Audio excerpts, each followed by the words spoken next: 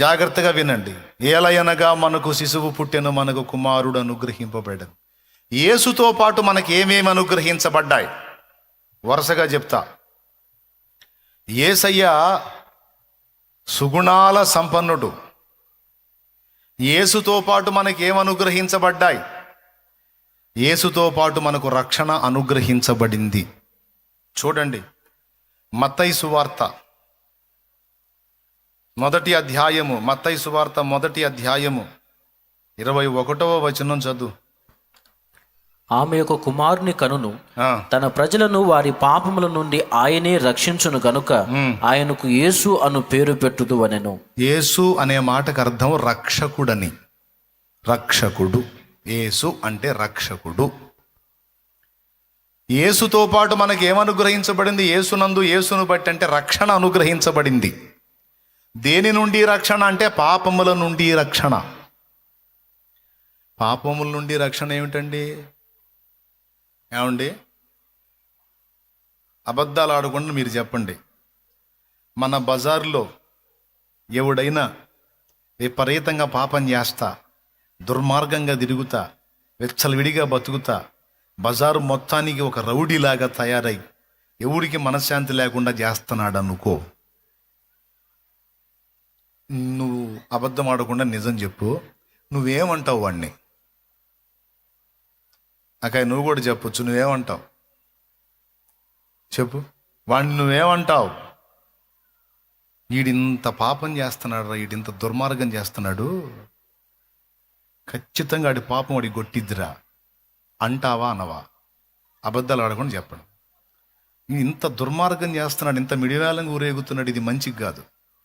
వీడింత పాపం చేస్తున్నాడు, ఇంత బరి తెగించి తిరుగుతున్నాడు, ఇది మంచిది కాదు. ఖచ్చితంగా ఆడి పాపాలన్నీ అడిగి తగులుతాయి. ఓకే ఓకే నీ మాట నెరవేరి సడన్గా వాడు తెచ్చాడు అనుకో, అప్పుడేమంటావు? ఫస్ట్ నీ నోటి నుంచి వచ్చే డైలాగ్ అని చెప్పు. అబద్ధాలు ఆడకుండా చెప్పమన్నా ఏమంటావు? కొట్టిందిరా, పండిందిరా, ఫస్ట్ డైలాగ్ అదే. అయ్యయ్యో చచ్చిపోయాడా అనో. చచ్చిపోయాడా? పాపం పండిందిరా, కొట్టిందిరా, ఆడిదాడి కొట్టిందిరా అంటావు. అంటావా అన్నవా? ఎంతమంది అంటారో చేతులు ఎత్తండి. చాలామంది అబద్ధాలు ఆడుతున్నారు. షో చేయొద్దు. నిజం, నాకు ఉన్నది ఉన్నట్టు చెప్పండి. చెప్పండి, అంటారా అనరా? ఏమంటారు? ఆడిదాడికి, ఆడి పాపం వాడికి తగిలిందిరా, ఆడి పాపం తగిలిందిరా. అంటే పాపానికి ఉన్న శక్తి ఏమిటో తెలుసా? పాపం పట్టుకుంటుంది. పాపం పట్టుకుంటుందండి. ఎంత పట్టుబట్టిదో తెలుసా? ఆ పాపం యొక్క ఫలితం భూమి మీద నెమ్మది ఉండదు, చచ్చాక నరకం. ఆడికి తీసుకెళ్లేదాకా పట్టుకుంటుంది పాపం. పాపాన్ని తక్కువ అంచనా వేయొద్దు. పాపంతో చేతుల్లో ఆడొద్దు. పాపాన్ని తక్కువ అంచనా వేయొద్దు. ఏముందిలే అనుకుంటారు కొంతమంది. అనుకో, ఏం పోయింది, ఎన్నాళ్ళు ఉంటావు, అర్థమైద్దిగా తర్వాత అయినా నీకు నా షాప్ ఏందో. దేవునికి స్తోత్రం. పాపం పట్టుకుంటుందండి. ఆ మాట బైబిల్లో ఉంది. మీ పాపము మిమ్మును పట్టుకొనును అని రాసుంది. ఇంకొకటి తెలుసా? పాపం వాకిట్లో పాములాగా పొంచుంటుందని కూడా రాశాడు. చేయాల్సినటువంటి సత్క్రియలు మనం చేయకపోతే వాకిట్లోకే వచ్చి ఉంటుందంట పాపం. కొంతమంది నా దగ్గరకు వచ్చి, అన్నా నాకు ఊరక పిచ్చి పిచ్చి ఆలోచనలు వస్తున్నాయి, పాపపు తలంపులు వస్తున్నాయి, పాపపు ఆలోచనలు వస్తున్నాయి, పాపపు క్రియలు చేయాలనిపిస్తుంది, దేవుణ్ణి దూషించాలనిపిస్తుంది, నాకేందో ఊరక ఇట్లాంటి ఆలోచనలు వస్తున్నాయి అని అడిగిన వాళ్ళు ఉన్నారు నన్ను. అప్పుడు నేను చెప్పాను, ఏం చెప్పాను తెలుసా? మంచి సలహా ఒకటి చెప్పా. ఖాళీగా ఉండవాక అని చెప్పా. దేవునికి స్తోత్రం. ఏం చేయవాకు? ఖాళీగా ఉండవాకు. సత్క్రియ చేయని ఎడల, నువ్వు చేయాల్సినటువంటి సత్క్రియలు, మంచి పనులు ఏదో ఒకటి కల్పించుకొని నువ్వు బిజీ షెడ్యూల్లో ఉండాలి. నువ్వు ఖాళీగా కూర్చొని దీర్ఘాలు తీసావనుకో, అది వాకిట్లోకే వచ్చి పొంచి ఉంటుందంట. ఏంటిది అది? పాపం. కావాలంటే మీరు ట్రై చేసి చూడండి. ఆల్రెడీ ఇప్పటికి కొంతమందికి అనుభవం ఉంది. ఏ పని పాట లేకుండా బెడ్ మీద ఊరక పండుకొని తర్రే తర్రే అని ఆలోచిస్తా ఉండు. నీకేం తలంపులు వస్తాయో చెప్పు నాకు. చెడిపోయిన తలంపులు వస్తాయా, మంచి మంచి ఆలోచనలు వస్తాయా? చెడిపోయినయే వస్తాయి అన్నోళ్ళు చేతులు ఎత్తండి. యథార్థవంతులు జెంట్స్ అట్నే ఉంచండి. మీరు ఏందమ్మా మీరు అమ్మా మరి ప్రతి ఒక్కరికి ఆ శోధన. ఏ పని లేకుండా ఖాళీగా ఉండు నువ్వు, ఊరకుండు. ఏం ఆలోచనలు వస్తాయి చూడు. సత్క్రియ చేయని ఎడల వాకిట్లో పాములాగా పొంచి ఉంటుందట పాపం. ఏమన్నా తెలుసా? రా, ఖాళీగా ఉన్నట్టున్నావుగా, నన్ను కలుసుకో, ఖాళీగా ఉన్నట్టున్నావుగా, నన్ను పిలు అని పాపం వాకిట్లో ఉండి పిలుస్తుందట. ఆ మాట నేను చెప్పలా. ఆదికాండం 4వ అధ్యాయం 7వ వచనంలో దేవుడే, సాక్షాత్తు దేవుడే చెప్పాడు. నీవు సత్క్రియ చేసిన ఎడల నీ తలనెత్తుకొనవా, సత్క్రియ చేయని ఎడల వాకిట పాపము పొంచి ఉండును, నీ ఎడల దానికి వాంఛ కలుగును, నీవు దానిని ఏలుదువనెను. వాకిట్లో ఉన్న పాపం నీ దగ్గరకు రావడానికి ఎంతసేపు అయ్యా పెద్ద మనిషి? బాయ్, వాకిట్లో ఉన్న పాపం నీ దగ్గరికి రావడానికి ఎంతసేపు? ఊరి గవిన్లో ఉంటే ఓయబ్బా అది వచ్చేటప్పటికి టైం పట్టిద్దిలే, ఈ లోపు నేను లేచిపోతాను అనుకోవచ్చు. వాకిట్లోకి వచ్చిన పాపం ఇంట్లో రావడం ఎంతసేపు? వాకిట్లో ఉన్న పాము లోపల గదిలో ఉన్న నీ దగ్గరకు వచ్చి నిన్ను కాటేయటం ఎంతసేపు? అది చెప్పాడు ఇక్కడ వాక్యంలో. ఖాళీగా ఉంటే, సత్క్రియ చేయకపోతే వాకిట పాపం పొంచి ఉంటుంది. పాపం యొక్క లక్షణం పొంచి ఉంటుందట అది. రెండవది, మీ పాపము మిమ్మును పట్టుకొనును అన్నాడు. చూడండి, సంఖ్యాకాండం 32:23 ఆ వచనం చదువు. సంఖ్యాకాండం 32:23 వచనం చూడు. మీరు అట్లు చేయని ఎడల యెహోవా దృష్టికి పాపము చేసిన వారగుదురు గనుక మీ పాపము మిమ్మును పట్టుకొనును అని తెలుసుకొనుడి. పాపానికి ఉన్న లక్షణం ఏంటో తెలుసా? అది పట్టుకుంటదే. అది పట్టుబట్టిందా, ఆ పాప బంధకాలలో నుంచి విడుదల పొందటం అంత తేలిక కాదు. ఇప్పుడు ఆ పాపాల నుంచి బయటపడటానికే పాపం నానా బాధలు పడుతుంది జనం బయట. తలనీలాల దగ్గర నుంచి కాళ్ళకి చెప్పులు లేకుండా పడాల్సిన పాటలన్నీ పడుతున్నారు. ఎందుకయ్యా ఈ బాధ అంటే పాపాల నుంచి బయటపడటానికయ్యా. ఎందుకమ్మా ఈ బాధ? పాపాలన్నీ గడిగేసుకోవటానికయ్యా. ఎందుకు ఇన్ని యాత్రలు? పాపాలు గడిగేసుకోవటానికి. అందరికీ ఉంది పాపాన్ని కూర్చున్న స్పృహ.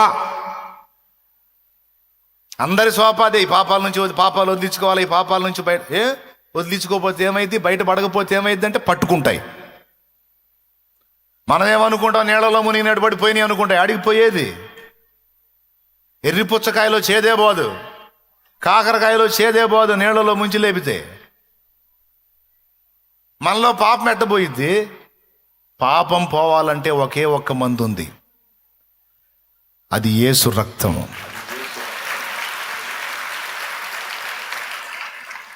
అమూల్యమైన యేసు రక్తముతోనే ఆ పాపం నుంచి విడుదల పొందగలం. ఇంకా ఏం చేసి కూడా పోవమ్మా. ట్రై చేసి చూడు, తిప్పలబడు, పడ్డావుగా ఇప్పటిదాకా.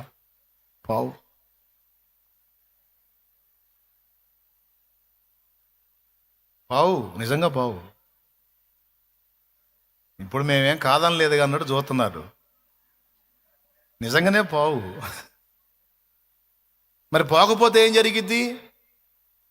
పాపాలు కడగబడకపోతే, పరిశుద్ధ పరచబడకపోతే, మన జీవితాలు శాపం నుండి విడుదల పొందకపోతే ఏం జరిగిద్దో చెప్పనా? సత్యాక నరకం సంగతి అట్టుంచి బ్రతుకొక నరకంగా మారిద్ది. అశాంతి, వేదన, దుఃఖము, భయము అన్నీ ఆవరిస్తాయి.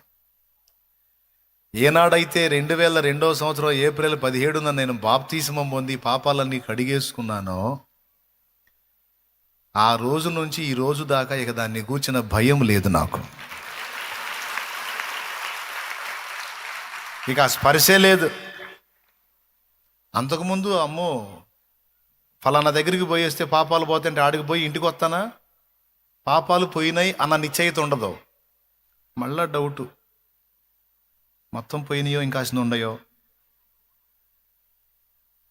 పోనీ ఇదేదో బాగుందంటగా ఇక్కడికి పోయి మునిగితే పోతాయి అంట, కానీ మళ్ళీ ఇంకో చోటకి పోయేది, ఆడ మునిగేది, మళ్ళీ అక్కడ డౌటు.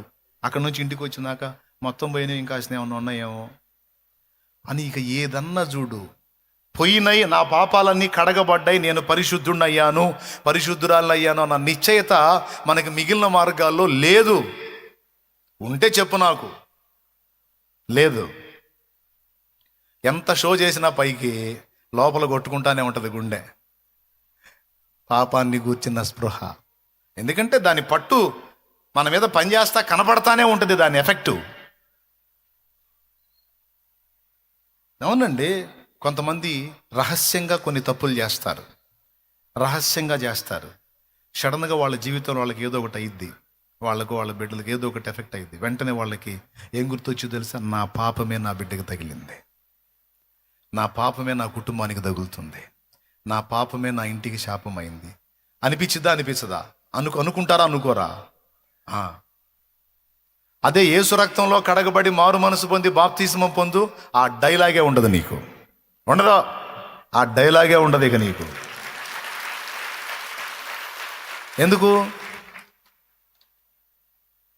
ఎందుకంటే యేసు ప్రభు స్పష్టంగా నా పాపాలు మోసినట్టు చరిత్ర ఉంది. యేసు ప్రభు నా పాపాలకు ప్రాయశ్చిత్తార్థ బలిగా తన్ను తాను అప్పగించుకున్నట్టు సాక్ష్యం ఉందే. అంతేకాదు, ఆయన రక్తంలో కడగబడిన తర్వాత పాపం నుండి విడుదల వచ్చినటువంటి, రక్షణ వచ్చినటువంటి అనుభూతి కూడా ఖచ్చితంగా మనకు కలిగిద్ది. దాని పేరే రక్షణానందం. ఏం పేరు?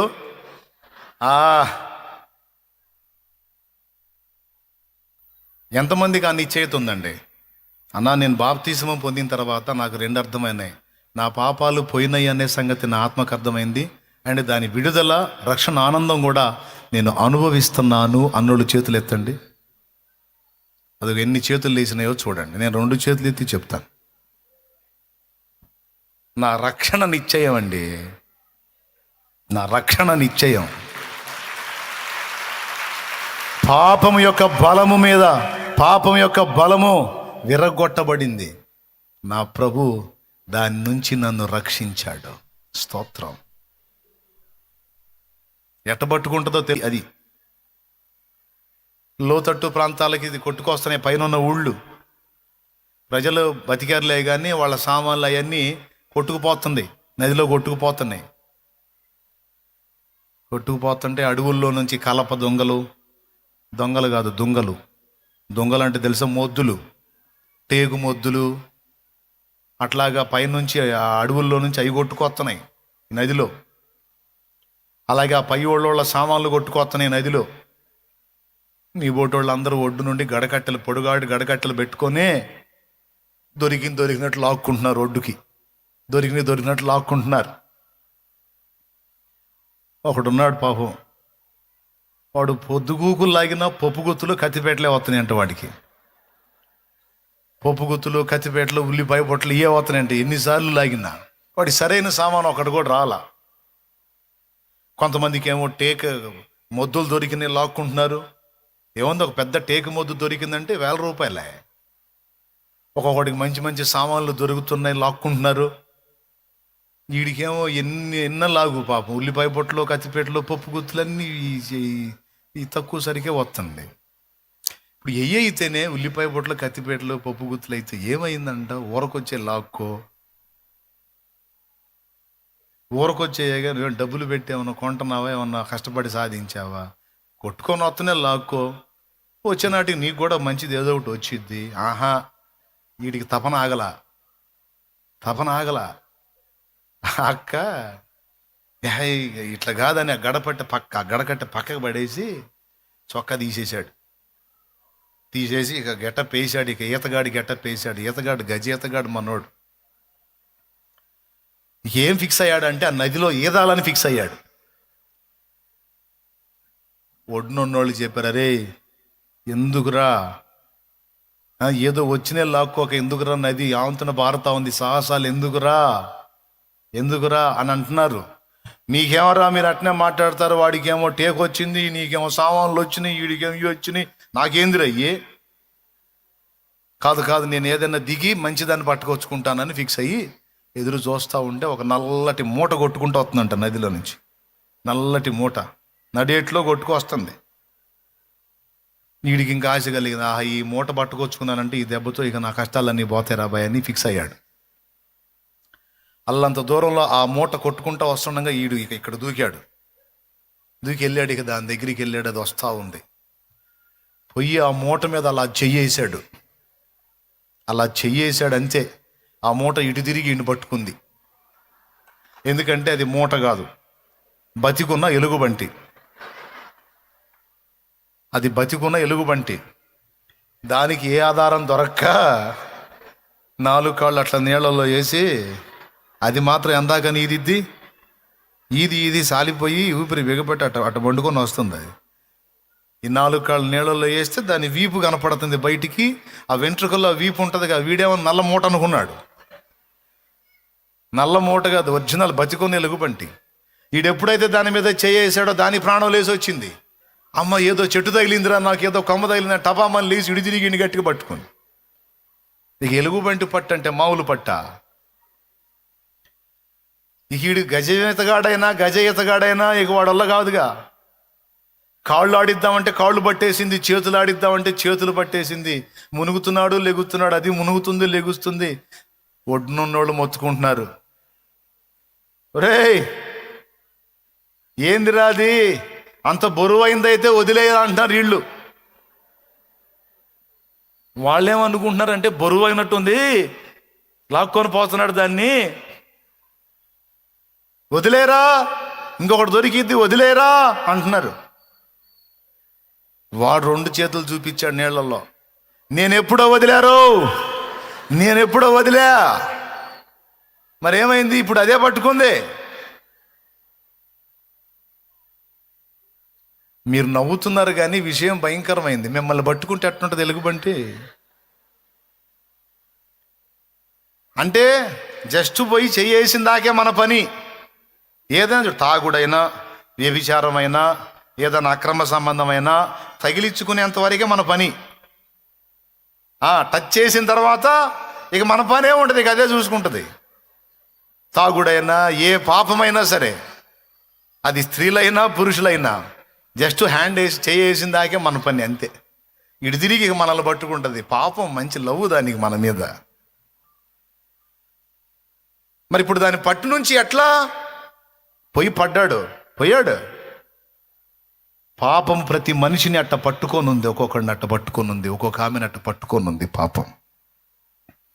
కుటుంబాలను పట్టి ఉంది పాపం.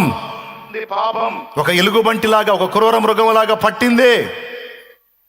దాన్ని పట్టు నుంచి విడిపించడానికి వచ్చాడు యేసయ్య.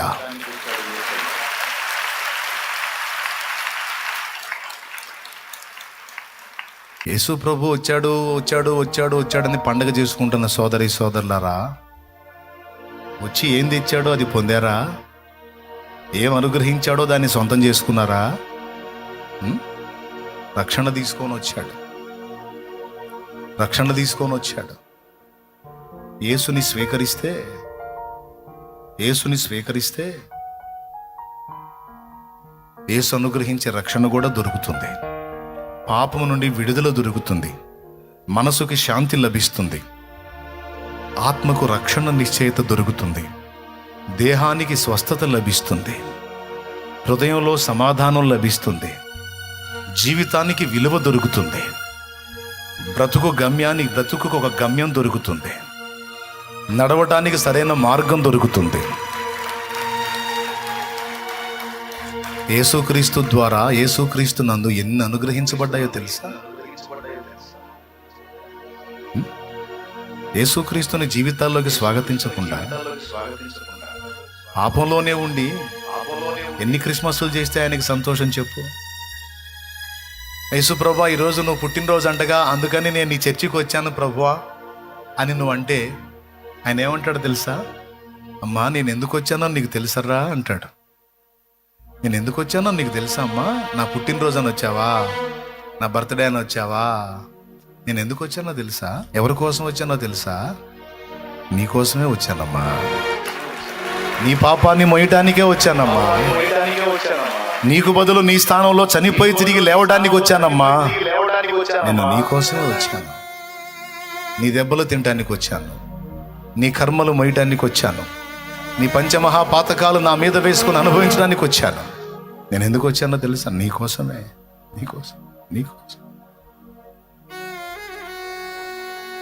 నీకోసమే వచ్చానమ్మా. కుమారుడా, ఈరోజు క్రిస్మస్ అని వచ్చావా? నేను భూమి మీదకి వచ్చానని ఆ రోజుని సెలబ్రేట్ చేసుకోవడానికి వచ్చావా? నేను ఎందుకు వచ్చానో తెలుసా నా కుమారుడా? నీకోసమే వచ్చాను. నీకు బదులు నీ స్థానంలో నీ శిక్ష పొందడానికి వచ్చాను. పాపం నుండి నిన్ను విడిపించడానికి వచ్చాను. కానీ నేను ఇచ్చిన ఆ రక్షణను నువ్వు స్వాగతించవు. నేను చేసిన సిలువ యాగాన్ని నువ్వు లక్ష్య పెట్టావు. బర్త్డే అని నాకు పుట్టినరోజులో నువ్వు ఒక పూట వచ్చి కనబడితే ఒరిగేదేముంది? నీకు ఏముంది? నేను పొందిన ఆ శిక్ష ఎవరిది?